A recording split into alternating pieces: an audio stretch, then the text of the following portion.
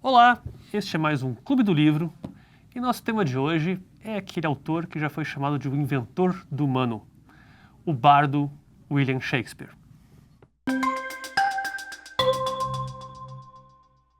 Eu sou Jerônimo Teixeira e comigo para conversar aqui sobre Shakespeare, dois tradutores de sua obra, Laurence Flores Pereira, que já traduziu Hamlet, que foi publicado aqui pela Penguin, e o José Francisco Botelho, que também é tradutor, tem uma bela tradução do Chaucer, né?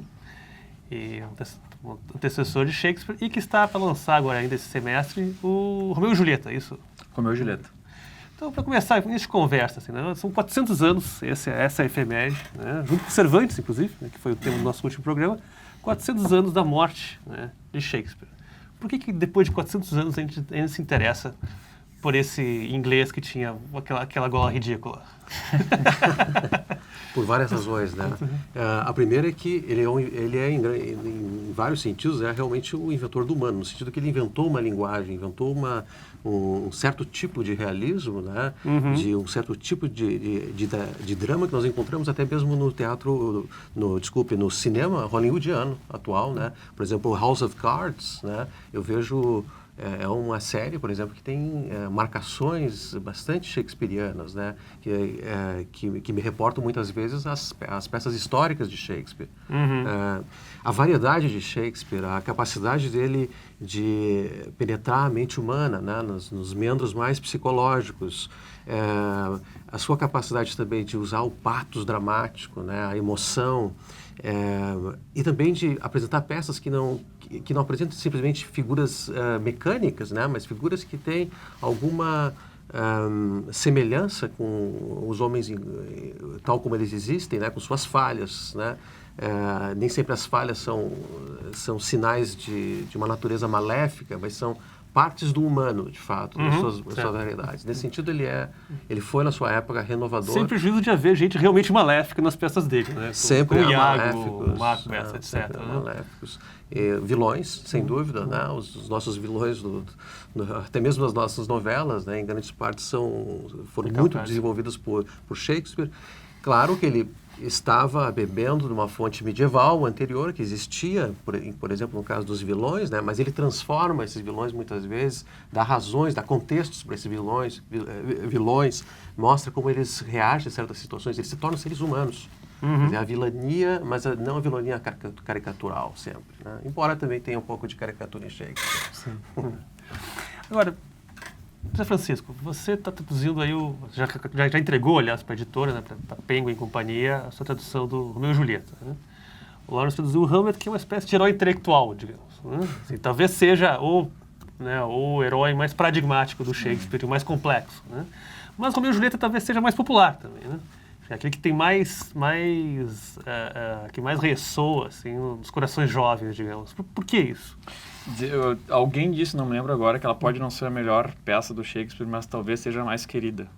Eu acho que é de fato. Eu acho que é curado isso. Eu acho que é de fato. Agora, em relação à popularidade da peça, eu tenho uma teoria que é o seguinte: isso é uma teoria sobre a literatura em geral, tá? Mas eu acho que eu vou chegar lá, vai demorar um pouquinho, mas eu vou chegar lá. O negócio é o seguinte: se tu prestares atenção na literatura universal, os paraísos têm que ser concisos para serem convincentes. Enquanto que os infernos, quanto mais complexos, melhor, né? O do Dante, ele é tão assustador porque é aquela topografia de suplícios que não acaba mais, né? Enquanto que os paraísos, eles tendem a ser breves, né? Pega o paraíso o Éden, do Gênesis. Tudo que a gente sabe que era um jardim onde, né, Deus passeava na brisa da tarde. É isso aí. Né? Certo. Agora vamos para a história séria. Então, os paraísos têm que ser breves e os infernos é que têm que ser complexos. Então, eu acho que parte desse impacto do Romeu e Julieta que ainda tem hoje é o fato de que o amor deles é brevíssimo, né? Talvez o amor mais breve da literatura. São 4 dias e 4 noites. E em 24 cenas eles se encontram em 5, talvez, sendo que uma delas é no cemitério. Tem aqui a cena do balcão, a famosa cena do balcão, né, Sim. com aquela adaptação tanto kit do Zeffirelli. Enquanto você fala, podemos ver um trechinho aqui. Ah, sim, a cena do...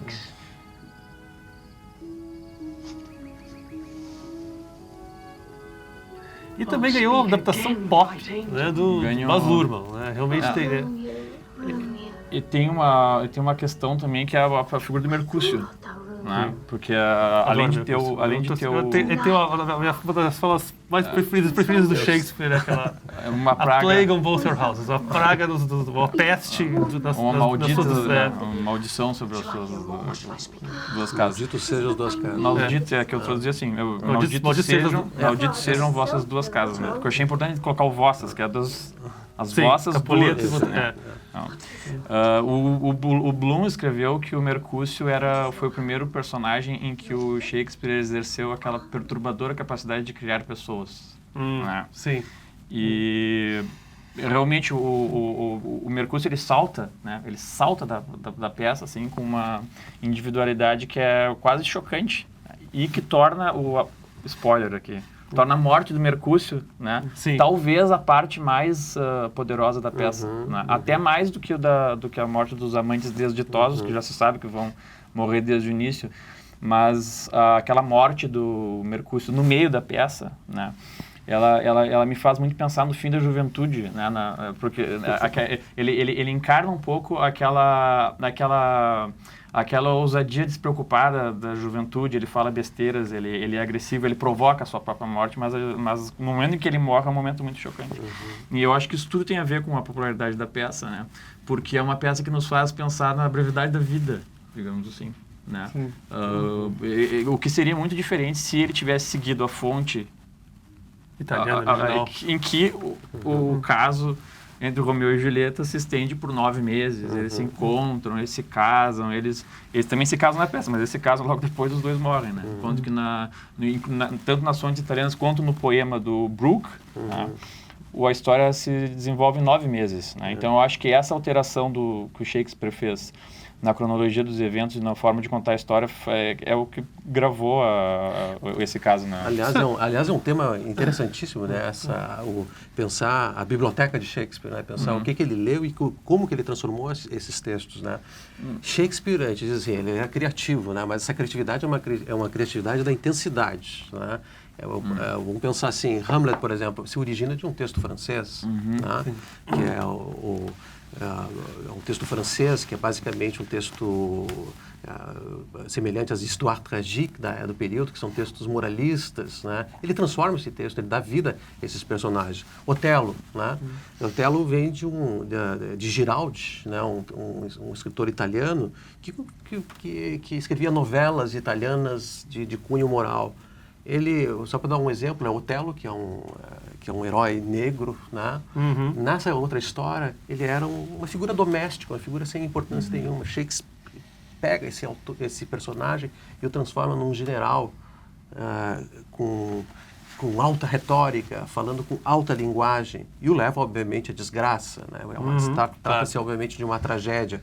Mas ele transforma inteiramente a história de Cíntia, que era uma história doméstica meio sem graça. O Rei Lear, por exemplo, também existe uma peça anterior, que seria uma peça anterior de 20 ou 30 anos anterior. Não, de mais ou menos 10 anos antes, né, da década de 90. E a Cordelia, se não me engano, não morre, não é isso? Exatamente. Na peça original. Exatamente. Isso na criação dele. Transforma outro spoiler, a Cordelia morre. Outro spoiler, né? Mas, enfim, Shakespeare pode ter spoilers, né? Eu acho que, em parte, pode ter spoilers. Grandes autores podem ter spoilers, né? É o caso de que quase sempre é difícil alguém você chegar, digamos, virgem, né? Uma rainha da época. Mas fizeram uma experiência até o Shakespeare, você lê Romeu e Julieta sem saber como acaba. As pessoas geralmente já sabem. E, no entanto, como acontece com os clássicos, você sempre se surpreende mesmo sabendo a sequência dos eventos. Né? Exatamente. Principalmente se você vai ao teatro uma vez e assiste essa peça sem saber o que é. Houve uma experiência agora há pouco tempo na Inglaterra, né, que eles colocaram os atores a encenar, né, imitando o modo de encenação que existia na época de Shakespeare. Portanto, os atores não recebiam o texto inteiro, mas fragmentos, quer dizer, as partes de cada um dos personagens. E foi muito impressionante, porque esses atores foram escolhidos entre aqueles que não conheciam a peça. Tá? De modo que eles estavam encenando e descobrindo qual era o seu destino à medida que diziam isso. Ah, que interessante. Uma série de experiências interessantes que está se fazendo muita arqueologia hoje, teatral, sobre Shakespeare, tentando remontar o espaço físico. Um desenho aqui, do único desenho de época que existe um teatro, como seria na época elizabetana, né? Que é bastante... Que é um desenho de um viajante que é suíço, não? E é o único que nós temos, né? Do interior. Do interior, não. Ou nós temos muito diferente do teatro que nós conhecemos hoje. O teatro diferente. Italiano que nós conhecemos hoje. Bastante diferente. Quer dizer, o público está em torno dessa plataforma, né, que está escrito ali, o proscênio, né? Sim. E essa parte inferior era geralmente ocupada assim, pelo público que tinha menos dinheiro, né? Que assistia de pé. Que assistia de pé, né? Esses mesmos teatros muitas vezes eram usados para outros tipos de espetáculo, por exemplo, lutas de urso, né?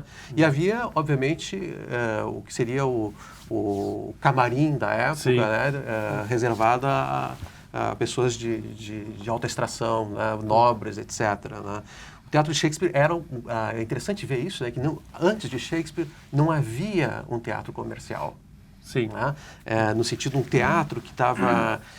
nós temos o teatro, por exemplo, o teatro grego, que é um teatro cívico.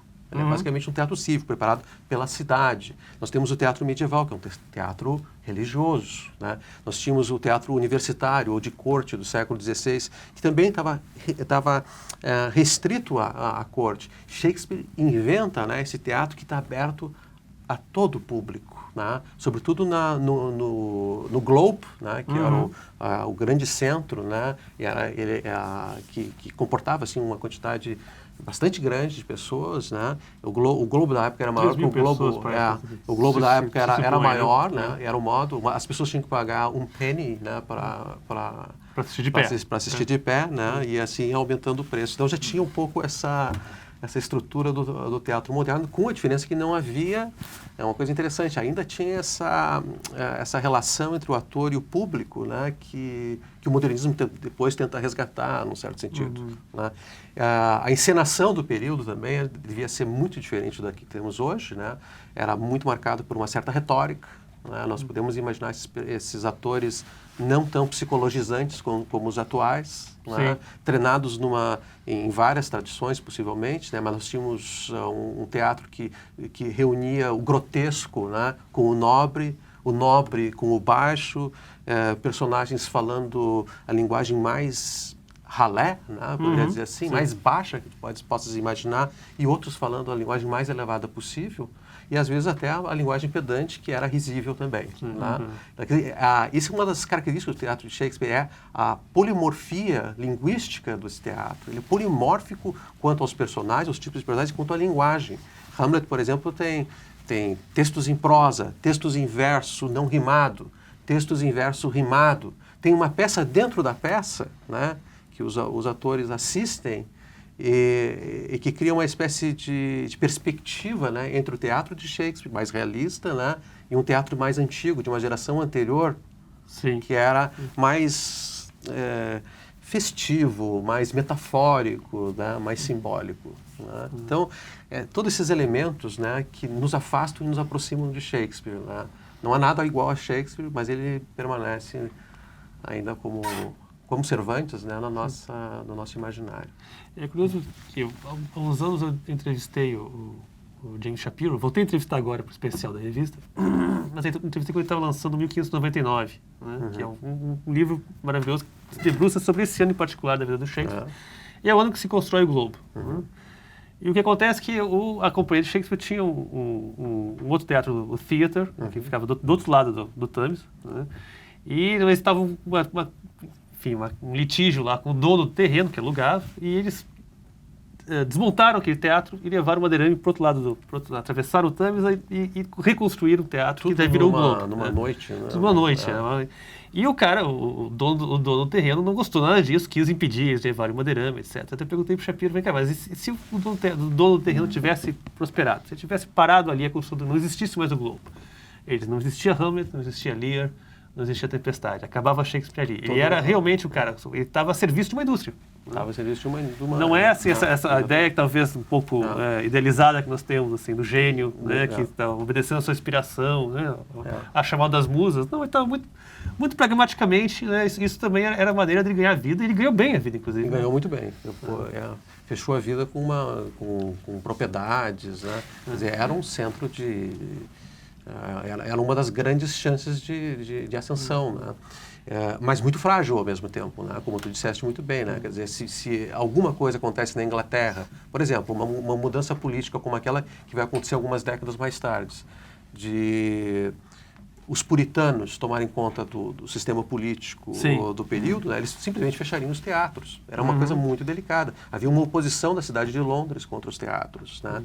E essa companhia foi muito esperta, né, de buscar aliados entre os nobres, inclusive entre o rei, né? Sim. A segunda companhia de Shakespeare, depois da morte da rainha Elizabeth, né, é o Kingsmen, né, os homens do rei, os atores James do rei, I. que era o James I, né?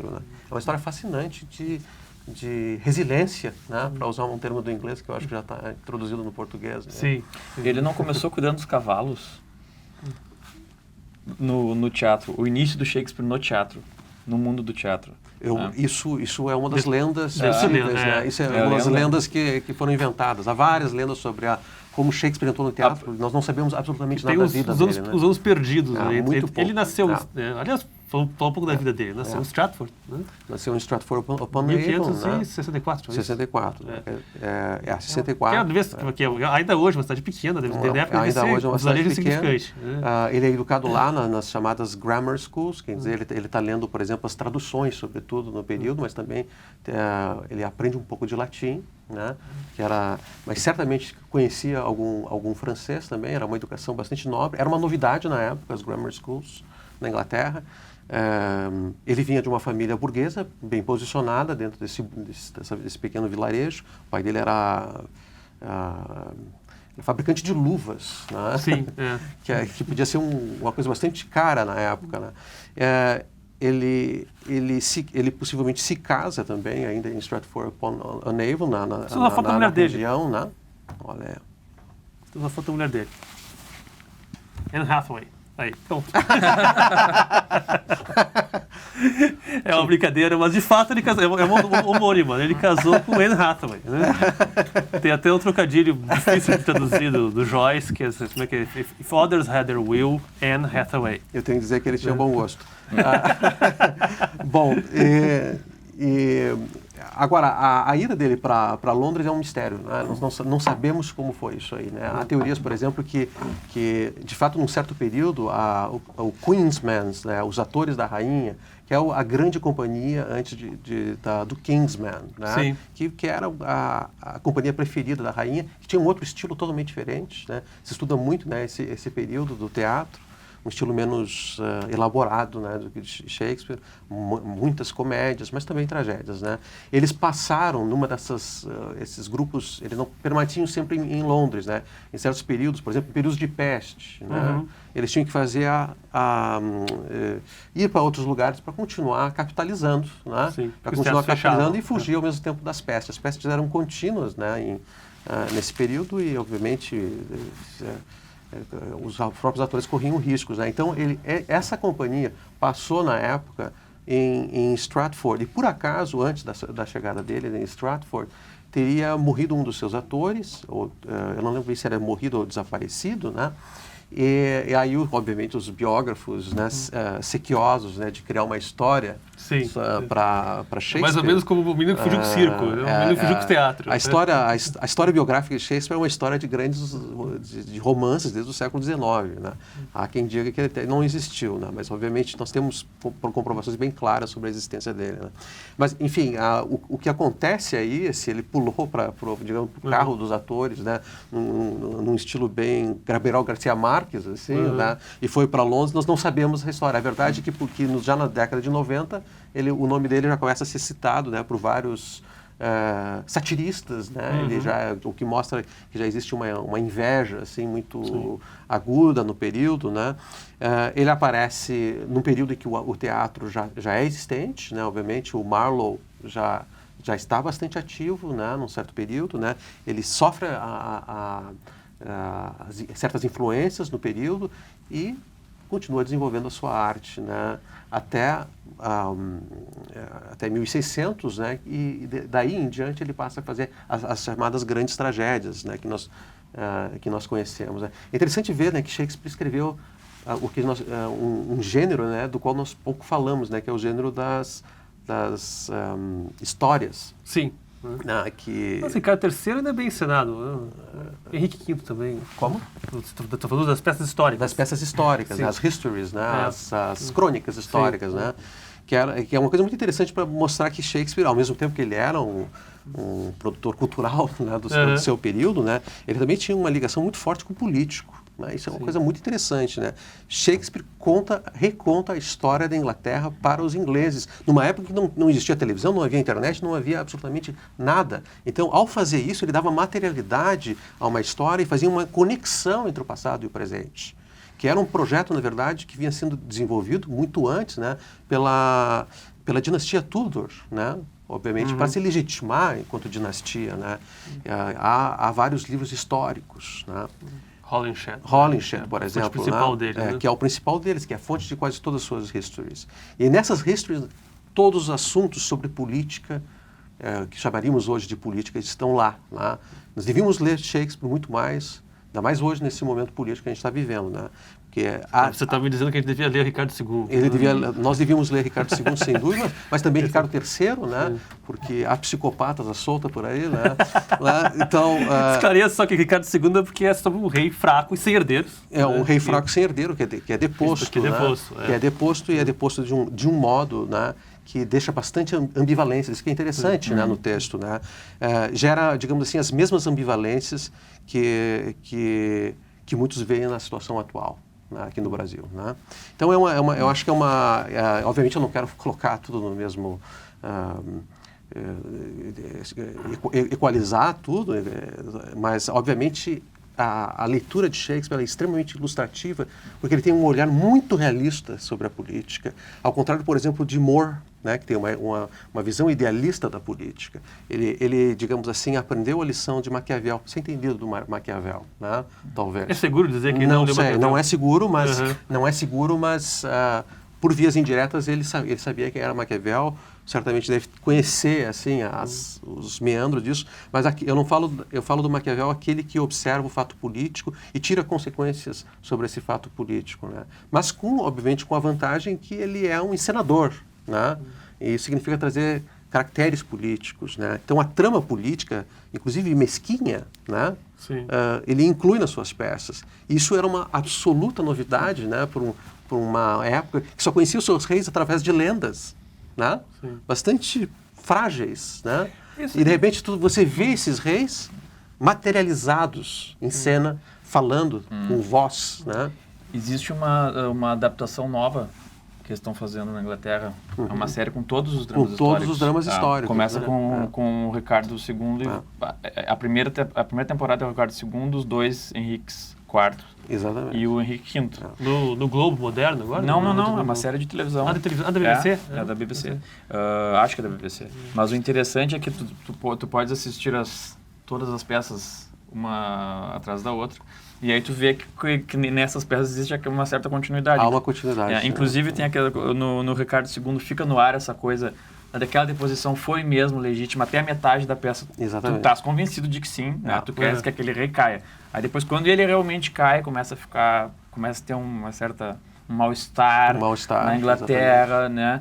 E aí passa-se para o Henrique IV, né? Em que aquele mal-estar continua na figura do rei já envelhecido e na desconfiança dele em relação ao filho, né? Então é muito interessante ver como... E tem o Hotspur, que é uma espécie de Bolingbroke quando era jovem. Isso, né? com a qual ele se identifica mais do que com o próprio filho, embora ele seja o inimigo. Seja inimigo. Então essa adaptação, essa série de de adaptações, assim, eu achei muito boa para pegar essa linha de continuidade que tem entre essas peças. E agora a segunda temporada vai ser, se eu não me engano, vai acabar com o Ricardo III. Eu acho que vai ter o Henrique VI, as 3 partes. E as melhores de todas as adaptações é do Ricardo II, é incrível. É uma peça incrivelmente, que mistura perfeitamente o realismo político com um simbólico muito profundamente barroco, para usar uma expressão um pouco solta, né? Sim. Quer dizer, ele tem esse rei declinante, que é quase uma figura simbólica de um declínio lamentável, né? Mas é uma peça interessante que tem vários níveis de leitura, né? Você mencionou, já se disse até que ele não existia, né? Existem as tais teorias alternativas que dizem que foi o Duque de Oxford, né, que escreveu, o Conde de Oxford, desculpa, escreveu, foi os mais doidos dizem que foi a própria Francis Bacon, também um cara, um tipo popular, né? Sim, o Shapiro escreveu sobre esse assunto, o Shapiro tem um livro inteiro para desbancar essas teorias, né? As teorias teve gente como, né, o Freud, por exemplo, muita gente inteligente, né, abraçou essas teorias, né? E um dos argumentos costuma ser esse, assim, como é que um filho de luveiro de Stratford podia conhecer tanto de política? Né? Não só nas peças históricas, como também. O Hamlet é uma peça densamente política. Né? O Macbeth, o Rei Lear tem a ver com divisão de poder. Né? Exatamente. O Macbeth tem a ver novamente com conspiração. Que somente alguém dentro da corte poderia saber dessas coisas, né? Mas há de se dizer, né, que Shakespeare tinha uma frequentação da corte. Né? Não como nobre, né, mas como subalterno, né, como servidor, né, e acredito que Londres era pequeno bastante para um homem inteligente ter penetração a respeito dessas coisas, né, e tanta penetração tinha, né, que muitas das coisas que ele descreveu nas suas peças aconteceram décadas depois na Inglaterra, né, por exemplo, deposição de rei, né? Nós temos Carlos I, né, décadas depois, sendo derrubado pelo parlamento. E existe uma cena do parlamento dentro do Ricardo, numa das versões de Ricardo II, né, que é bastante... nós temos, em alguns momentos, as palavras usadas pelo Ricardo II lembram das palavras de defesa de Carlos I diante do parlamento, né, no qual ele acusa o parlamento de estarem agindo como ladrões de cavalos. Né, que é uma expressão que se assemelha muito a certos fragmentos do texto de Ricardo II. Porque a coisa já estava no ar, né? Quer dizer, o poder dos reis, né? Essa autoridade divina dos reis, que se originava da Idade Média, que era uma ficção jurídica, né? Criada na Idade Média, os reis eram ungidos, né? Ela obviamente, ela era aceitável, entende? Obviamente, naquele mundo, era uma garantia de estabilidade, né? Mas havia uma crescente... pelo menos desde a reforma religiosa, havia uma crescente dissolução, né, dessa centralidade da monarquia, né? Então, às vezes a gente se pergunta por que as peças não foram simplesmente proibidas no período, né? Em várias épocas, porque você acostumar um povo, né, a ver seus reis caírem, os antepassados caírem, pode dar más ideias aos seus súditos, né? Então, ou boas ideias, dependendo da sua perspectiva. Ou boas ideias, tanto que, óbvio, mas Shakespeare nunca é claro a respeito disso. Não existe em Shakespeare, digamos, Shakespeare não é uma literatura contestatária, né? Não tem essa característica, mas isso não quer dizer que também ele seja uma literatura adesista, né, do sistema. Ele mostra problemas, né? Nós lamentamos a morte de Cordélia, nós lamentamos as injustiças que acontecem nas suas peças, né? Mas o que interessa a ele é a complexidade das situações, né? Essa complexidade é ideológica, isso ela não tem um caráter ideológico, não quer dizer que a ideologia da época não apareça no fundo, né? Por exemplo, as noções morais, as noções religiosas, né? Por exemplo, Cláudius é assassinado e envenenado, o pai de Hamlet, né? E a metáfora que ele usa para descrever isso é falar da serpente. Ele foi inoculado por uma serpente. Ora, a serpente, no imaginário cristão, nos reporta, obviamente, a serpente do paraíso. Essa queda acaba, digamos assim,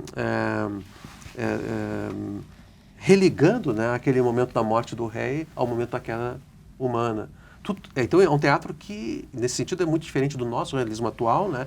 Que ela tem uma dimensão simbólica que tende a se expandir na imaginação do público da época, que era um público cristão, que era um público que ia à igreja todos os domingos e que, se não fosse, era multado.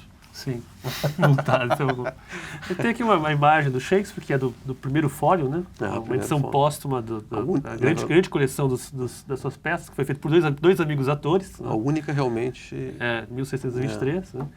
E nós estamos nos aproximando do fim. Eu queria, enfim, que vocês, como tradutores, gente que tem uma experiência grande do texto do Shakespeare, né? Para encerrar, desse uma dica assim, para o leitor neófito. Né? Você está começando a ler Shakespeare agora. Por onde ele começa? A Invenção do Humano, do Harold Bloom. Ah, não. Você está pedindo para... Não, estou dizendo dos textos do Shakespeare. Qual é o melhor caminho? Para começar a ler o Shakespeare? O próprio. Romeu e Julieta. Na minha tradução. Tem que esperar até junho, mesmo, quando sai. Mas sério, eu acho que o Romeu e Julieta é uma boa verdade, boa entrada. né? Eu acho que é uma boa... O Shapiro, aliás, novamente, voltando a ele, na entrevista que ele deu essa semana para Veja, ele comenta que de uma experiência muito linda que ele teve de um presídio feminino, em que o grupo de Nova York fez uma montagem de Romeu e Julieta. Né? E como aquilo ressoou no meio daquelas mulheres. Eu acho porque, inclusive pelo fato de todo mundo já conhecer a história, né? Porque às vezes um dos problemas de se começar a ler o Shakespeare é que às vezes faltam as referências para tu entenderes exatamente o que está acontecendo, né? Às vezes tem em algumas peças, realmente, se tu não leste antes a respeito das peças do Shakespeare ou sobre aquela em específico, a compreensão bem básica do próprio enredo fica complicada. Enquanto com Romeu e Julieta isso não acontece. Todo mundo sabe que as duas famílias estão brigando e tal. Mas também já aparece no Romeu e Julieta, por exemplo, a figura do Mercúcio, que é o que já prepara para outros voos, tipo do Hamlet. Então eu acho um bom começo. É um excelente começo. Você concorda? Bom, achei que você chamava eu vou fazer propaganda do meu livro aqui. Eu tenho o meu aliás, uma leitura muito fluente, uma tradução muito fluente. Excelente tradução do Lawrence, aqui na frente do Hamlet. Né? Eu poderia dizer Hamlet, né? Hamlet eu acho uma excelente leitura. Então, né? já que ele recomendou o primeiro livro para você começar, qual seria o segundo? Depois de ler Romeu e Julieta, mas eu diria assim, mas é uma questão, eu acho que as pessoas têm gostos diferentes para Shakespeare também, né? Claro. Mas a peça eu tenho uma queda pela Tempestade. Mas eu tenho uma queda por King Lear, por Rei Lear. Muito forte pela Tempestade. A Tempestade também é uma peça muito interessante, muito simbólica, que já está muito marcada pelas máscaras.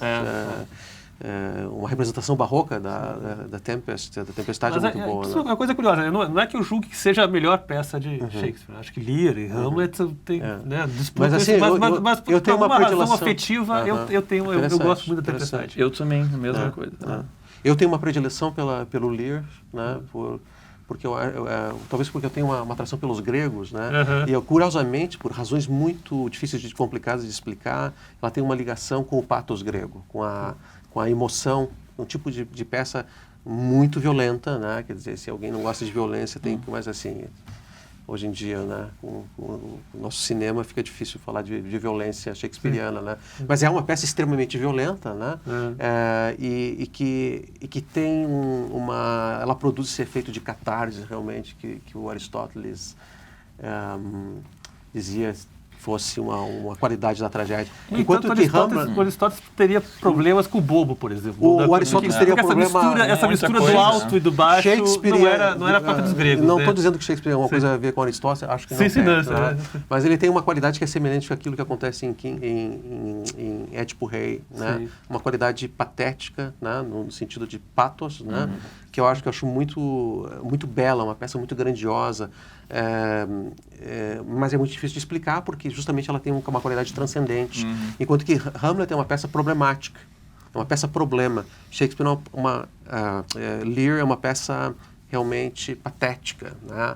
de patetismo dramático, muito diferente. Isso diz muito a respeito de Shakespeare, né? Os tipos de experiência que ele faz que são muito diferentes. Aqui nós temos uma tragédia amorosa, né?